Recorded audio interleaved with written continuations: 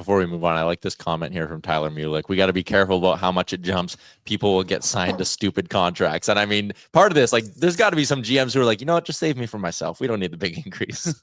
No, everyone wants more, but that is the truth, is that some guys will not be able to save themselves from themselves.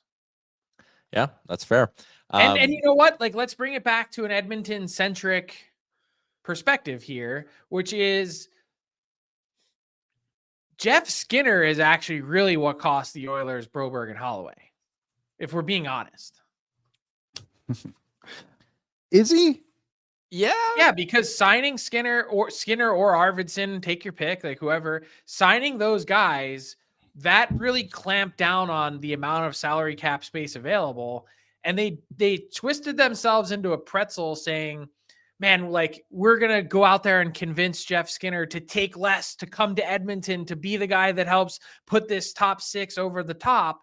And that's great, but it was a really short-sighted view, because not only has Jeff Skinner not been great, but at the same time, it also cost you two young players that could have been part of the foundation of this team, because they decided to say, well, that's going to take our caps flexibility from this to this. And, oh, by the way, Broberg and Holloway, you got to wedge yourself in there right in at this exact number, simply because that's all we have left for you. Had you done it in a reverse order, which is, hey, Philip Broberg, you came in as a right shot defenseman, or a guy that was playing on the right side, willing to play his offhand side in the playoffs in a huge moment against the Dallas Stars, and was great through the Cup final. You know what? We're going to give you a little bit more than that.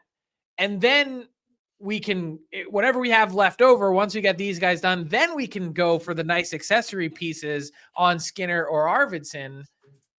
They just, the order was the other way around, because they thought they had the hammer with the CBA that kind of restricted free agents, that they were like, yeah, whatever. We'll give them whatever we have left over, and they're going to have to like it. Well, that's not always how it works. Do you think things would have been different if the Oilers had a GM in place at the time? No. Okay. You think like everyone was pretty aligned? But I do think that the whole thing has been placed at the foot of Ken Holland, which I'm not saying is wrong.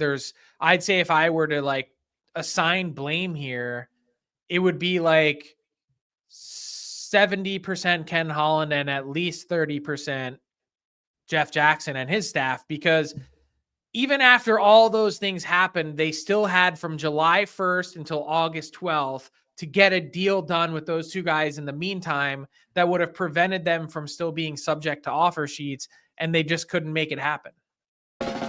What's up, Nation citizens? If you like that video, then you need to be subscribed to the Oilers Nation YouTube. Podcasts, live shows, exclusive interviews, and analysis.